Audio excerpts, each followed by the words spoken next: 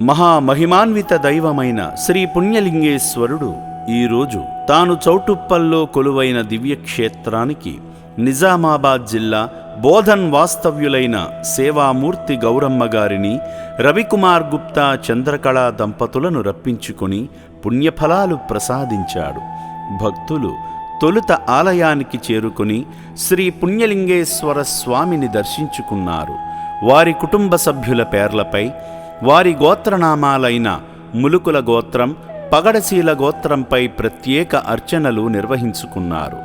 ఓం నమశివాయ అంటూ శివనామస్మరణల నడుమ లింగాకారునికి జలాభిషేకం చేసి అపురూప ఆధ్యాత్మిక అనుభూతి పొందారు.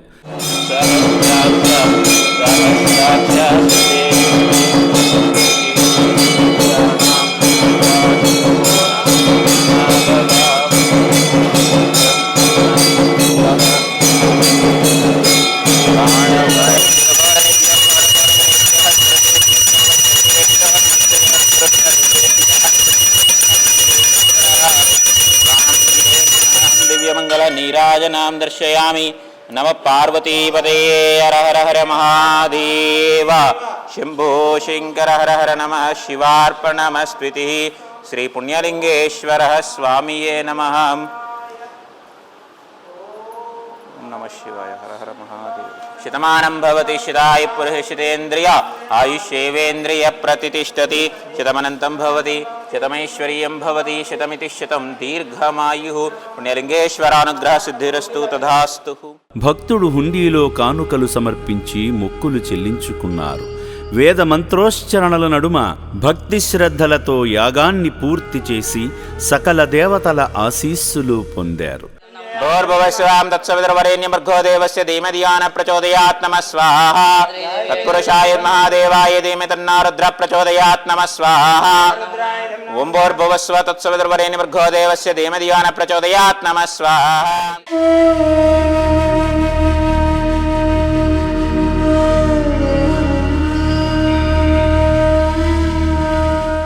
శివయ్య చెంత పూజించిన ఇటుకలను తీసుకొని అభాగ్యుల మనుగడ కోసం నిర్మిస్తున్న ఆలయం వద్దకు వెళ్ళి ఇటుకలు అందించి దైవకార్యంలో భాగమయ్యారు.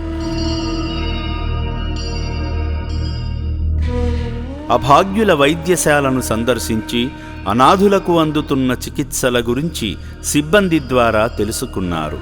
సేవా మార్గంలో భాగంగా సేవామూర్తి సిహెచ్ గౌరమ్మ గారు వారి భర్తగారైన కీర్తిశేషులు నాగభూషణం గారి జ్ఞాపకార్థం వారి పవిత్రాత్మకు శాంతి కలగాలని కోరుకుంటూ అభాగ్యుల ఒకపూట అన్నదానం నిమిత్తం సాయం చేయడంతో పాటు నూతన శివాలయ నిర్మాణ పనుల నిమిత్తం సాయం చేసి శంకరుని పరిపూర్ణ అనుగ్రహాన్ని పొందారు.